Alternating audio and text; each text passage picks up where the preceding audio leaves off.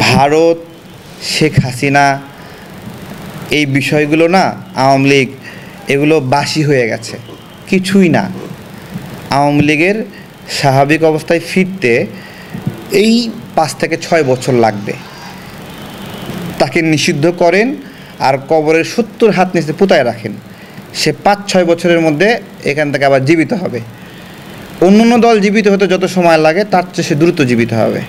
তার অর্থনৈতিক সক্ষমতা, তার বুদ্ধিভিত্তিক সক্ষমতা, অনলাইন জগতের সক্ষমতা, প্রযুক্তিগত সক্ষমতা, আন্তর্জাতিকভাবে তাদের একটা যে স্টেক হোল্ডারশিপ আছে, এই সমস্ত কিছু কারণে তাদের সময় লাগবে 5 থেকে 6 বছরের মধ্যে। তাদেরকে এই যে নিষিদ্ধ করলেন, এই নিষিদ্ধ করার ফলে তারা যখন রিস্টোর করবে ওই দিন তারা রক্তের হোলি খেলা খেলবে।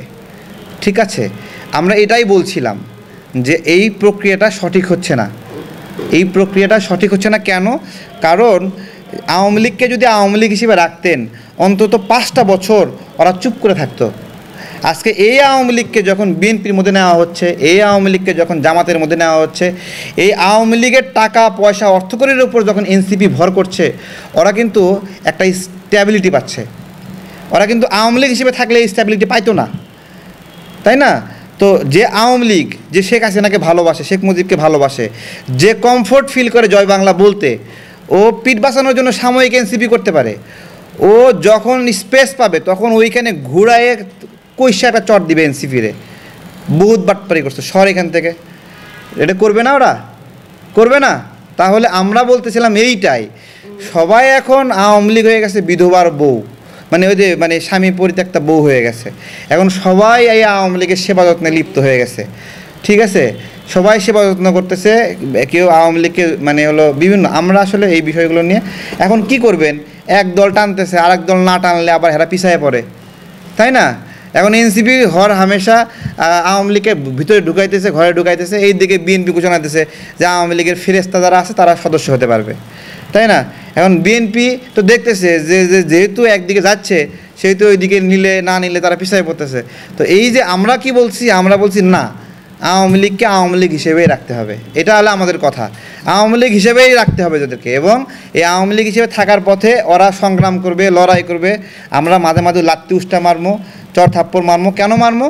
কারণ আমাদের ভোটাধিকার হরণ করছে, গণ অভ্যুত্থানে গণহত্যা করছে, এই কারণে তাদেরকে আমরা শাস্তি দেবো। কিন্তু যখন এরা যখন বিভিন্ন দলে চলে যায় তখন এদেরকে কিছু বলা যায় না। হ্যাঁ, আমরা এই পরিস্থিতিটা অনুমান করতেছি, বিবেচনা করতেছি। এটা যখন আমরা বলতেছিলাম, এটা আস্তে আস্তে নাগরিকরা বুঝতেছে। আমরা প্রথম যখন বলছি যে ডক্টর ইউনূস একটা লোভী মানুষ, তখন কিন্তু মানুষ কিন্তু তখন বিশ্বাস করেনি, তখন আমাদেরকে দালাল বলছে। কিন্তু যখন ডক্টর ইউনূস সত্যিকার অর্থেই 666 কোটি টাকা এখানে আপনার হলো নিয়ে নিল, কর মাফ করে নিল। ডক্টর ইউনূস কি শুধুমাত্র 666 কোটি টাকা নিছে? না, ডক্টর ইউনূসের কর ফাঁকি নিয়ে এর আগে বহুত নিউজ হয়েছে, বহুত নিউজ হয়েছে। তার গ্রামীণ ফোন দফায় দফায় হাজার হাজার কোটি টাকা কর ফাঁকির জন্য ষড়যন্ত্র করছে। একটা সিম কার্ড লাগে 50 টাকা, সেই সিম কার্ড 900 টাকা 1000 টাকায় বিদেশ থেকে কিনে আনা দেখাইছে। এই যে 50 টাকার সিম কার্ড 1000 টাকা 1500 টাকায় দেখাইছে, তাই না? এই বাকি টাকাটা বিদেশে গেছে। হ্যাঁ, বিদেশে গেছে। এখন এই বাকি টাকাটা বিদেশে গেছে, সেটা কার কাছে গেছে? 50 টাকার সিম কার্ড আসলেই কি 1000 টাকা দিয়ে কিনছে বিদেশ থেকে? বিদেশে টাকাটা গেল, ওটা কি আসলে ওই সিম কোম্পানিকে দিছে, নাকি সিস্টেমে যেখানে যাওয়ার কথা সেখানে গেছে?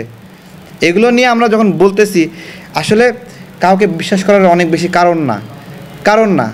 আপনার একজন ব্যবসায়ী, সে হলো জাত ব্যবসায়ী, বণিক মানে বোঝেন, বণিক। ও যাইতে আসতে খালি কেনা বেচা করবে, ও মানুষরে কিনবে, ও দেশরে কিনবে, ও নীতিকে কেনা বেচা করবে, সব কেনা বেচা করবে। ডক্টর ইউনূস হলো সেই বণিক যে হলো এই যে বন্দর কেনা বেচার ধান্দায় আছে। এখন ক্ষমতায় থাকার জন্য বন্দর দিয়ে দেওয়ার পায়তারা করতেছে। এইটাই আমরা বারবার বলতেছি। এই বন্দর, ওই যে করিডোর দিছে না, করিডোর যদি দেওয়ার ঠেকাতে পারি আমরা, তাহলে আমেরিকারে বললেও আমেরিকা বন্দর নেবে না। আমি দুটাই মিল আছে তো। অনেকে শুধু বন্দর করতেছে যে বন্দর উন্নতি হবে, এই উন্নতি হবে, এই উন্নয়ন হবে। কী বলতেছে? যে বন্দরের লোকেরা দুর্নীতি করে, এই জন্য বন্দরকে বিদেশের হাতে দিয়ে দিবে, এই তো। আচ্ছা, এখন আপনার একটা বউ আছে, আপনার একটা খারাপ মানুষ। এখন আপনার বউ হলো আপনার বউ, আপনি হলো খারাপ মানুষ। এখন আপনি খারাপ মানুষ, এই জন্য বউকে আরেকজনের কাছে দিয়ে দিবেন? মানে আমার দেশের মানুষ খারাপ, দুর্নীতি করে, এই জন্য আমার দেশকে আমি মানুষের হাতে কর্তৃত্ব দিয়ে দেবো? হ্যাঁ, আমার বন্দরের মানুষ যদি দুর্নীতি করে আমি ঠিক করবো, কোন কোন জায়গায় ভুল আছে ঠিক করবো, আর আমি যদি ঠিক করতে না পারি আরেকজনের হাতে দিয়ে দেবো, দেশেরই মধ্যে আরেকজনের হাতে দিয়ে দেবো। ডক্টর ইউনূস বন্দর যদি ঠিক করতে না পারে সে নেতৃত্ব দেবে না, সে সরকারে থাকবে না। যে ঠিক করতে পারবে, যে চালাতে পারবে সে সরকারে থাকবে, সহজ হিসাব। হ্যাঁ, চালাতে পারবে না দেখে বিদেশির হাতে দিয়ে দেবে। তো এই যে গার্মেন্টসের তো শৃঙ্খলা নিয়ন্ত্রণ করতে পারতেছেন না, তা গার্মেন্টস দিয়ে দেন ইন্ডিয়ার হাতে, দিয়ে দেন ইন্ডিয়ার হাতে, তাই না? এগুলো ন্যারেটিভগুলো মানুষ যার মতো। আমি বলছিলাম ওই দিন যে পাবনায় একটা আছে, এমপি আছে পাবনায়, সেই এমপি ধর্ষণ করছে। এখন মহিলা ধর্ষণে বিচার চায় না, মহিলা চায় হলো বিয়ে করতে। এখন বেচারা এমপি দেখে মহিলা বিয়ে করতে চায়। বেচারা যদি রাখাল হতো তাহলে বেচারা ওই মহিলা কি বিয়ে করতে চাইতো? হ্যাঁ, তো এখন আমাদের বন্দর ধর্ষিত হয়েছে আমেরিকার দ্বারা। এখন আমেরিকা বড় লোক, এই জন্য এইখানে কিছু নাগরিকরা মনে করতেছে না, যেহেতু আমেরিকা ধর্ষণ করছে সেহেতু কাজটা সঠিক করছে, এখন একটা বন্দোবস্ত করো। এটা তো হইতে পারে না ভাই। আমার দেশের বন্দর, এটা ভাই আমাদের, এখানে আমরা নিয়ন্ত্রণ করব, কর্তৃত্ব তুলব। এখানে টাকা তুললে আমরা তুলবো, বিদেশি কোম্পানিকে দিব, ওরা কী করবে? এখান থেকে টেয়া তুলবে, টেয়া তুলে সেই টেয়াটা লয়ে যাবে, এটাই তো নাকি? সেই টাকা আমার বন্দর রেডিমেড আছে। এই যে নিউমোরিং বন্দর, এটা রেডিমেড বন্দর আমার। এই নিউমোরিং বন্দর আমার রেডিমেড বন্দর। ওরা কী করতেছে, এই বন্দরে এখন সবচেয়ে বড় হলো টার্মিনাল।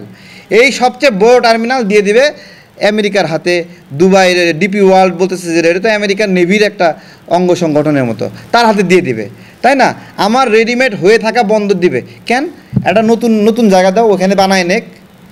এই বানাতে টাকা লাগছে না বাংলাদেশ এখন যে টাকা এখানে ইনভেস্ট করছে, যেই প্রতিষ্ঠান এখানে চালায়, তারা যে ইনভেস্ট করছে, তারা বাংলাদেশের প্রতিষ্ঠান না? থাবা দিয়ে কেড়ে নেবেন? হ্যাঁ, বাংলাদেশ যে ইনভেস্ট করলো ওই টাকা কি উঠছে এখান থেকে? তো ওই টাকা না ওঠা পর্যন্ত আপনি আরেকজনের কাছে দিয়ে দিচ্ছেন। কাজ শেষ হচ্ছে কেবল 2023 সালে, তো 23 সাল হলে আরও 10 বছর লাগবে টাকা উঠতে, তাই না? তা সেটা আপনি আরেকজনের হাতে তুলে দিচ্ছেন কেন? আরেকটা ফাঁকা জায়গা দেন, সেখানে করুক, করে চকচকা একবারে পকপকা বানায় দেখ, সমস্যা নাই। টাইলস লাগাবে, যা লাগাবে সব লাগাবে, লুকিং গ্লাস লাগাবে, চারদিকে একবার এসি লাগাবে বন্দরের মধ্যে, সমস্যা আছে? লাগা, কত টাকা বিষয় হচ্ছে লাগা করা। নতুন জায়গা দেন এক জায়গায়। আমার সম্পদ, আমার বন্দর, আমার তেল, আমার গ্যাস, আমার জলজ সম্পদ, এই যে দেখেন পানি, আমার বাংলাদেশে পানি, মাটির নিচে পানি কিনলে অ্যাকুয়াফিনা এখানে আসে পানি তোলে, পানি তুলে আমার কাছে বিক্রি করে। এর চেয়ে বড় মস্করা আছে? আমার জমির নিচের পানি, এই যে পেপসি কোম্পানি, কোকাকোলা কোম্পানি এখান থেকে মাটির নিচ থেকে তুলে আমার কাছে বিক্রি করে। আমি কত বড় গাধা? আপনার বাড়ির পাশে একটা পুকুর আছে, আপনার প্রতিবেশী ওই পুকুর থেকে পানি তুলে আপনার কাছে যদি নিয়ে এসে বলে টাকা দাও, আপনার পুকুর, যদি প্রতিবেশী বালতি দিয়ে পানি তুলে আপনার কাছে নিয়ে এসে যদি দিয়ে বলে টাকা দাও, পানি দিলাম তোমারে, টাকা দিবেন না আপনি? কিন্তু এখানে পেপসি, কোকাকোলা ওদেরকে এই মাটির নিচ থেকে পানি তুলে, আমার প্রাকৃতিক সম্পদ পানি তুলে আমার কাছে বিক্রি করার অনুমোদন দিয়েছে। কত? আধা লিটার পানি হলো 20 টাকা, তাই না?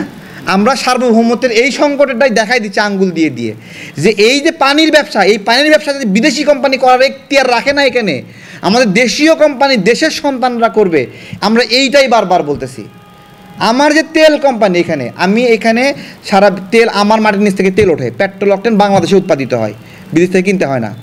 এটা কি করে? আমেরিকান কোম্পানি, কানাডিয়ান কোম্পানি, সিঙ্গাপুরের কোম্পানি আসে তোলে, তুইলে আমার কাছে বিক্রি করে। কি করে? সৌদি আরবে দাম বাড়লে আমার এখানেও দাম বাড়ায় দেয়। আমার দেশে তেল এখান থেকে তুলতেছে, অন্য দেশের সাথে সম্পর্ক নাই, কিন্তু আমার কাছে উচ্চ মূল্যে বিক্রি করতেছে।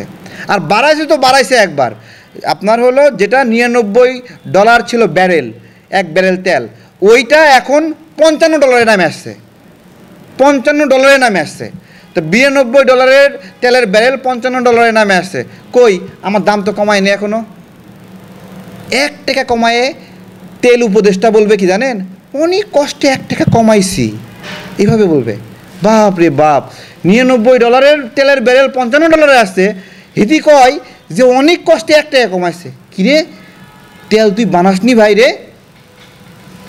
আমরা এই জন্যই বলতেছি যে আমার প্রাকৃতিক সম্পদ, আমার তেল, আমার গ্যাস, আমার পানি, এগুলো আমাদের সম্পদ। আমার বন্দরও এরকম আমার সম্পদ। এই সকল সম্পদের ব্যবস্থাপনায় দেশীয় উদ্যোগ ও উদ্ভাবনকে আমরা কাজে লাগাতে বলতেছি। এই জায়গায় আমেরিকার দালাল যারা, আমেরিকার রাজনীতি করে যারা, আমেরিকার পেটি নোট যারা খায়, তারা এসে বলবে যে না, আমেরিকাকে দিলে ভালো আছে, সমস্যা নাই, চলুক।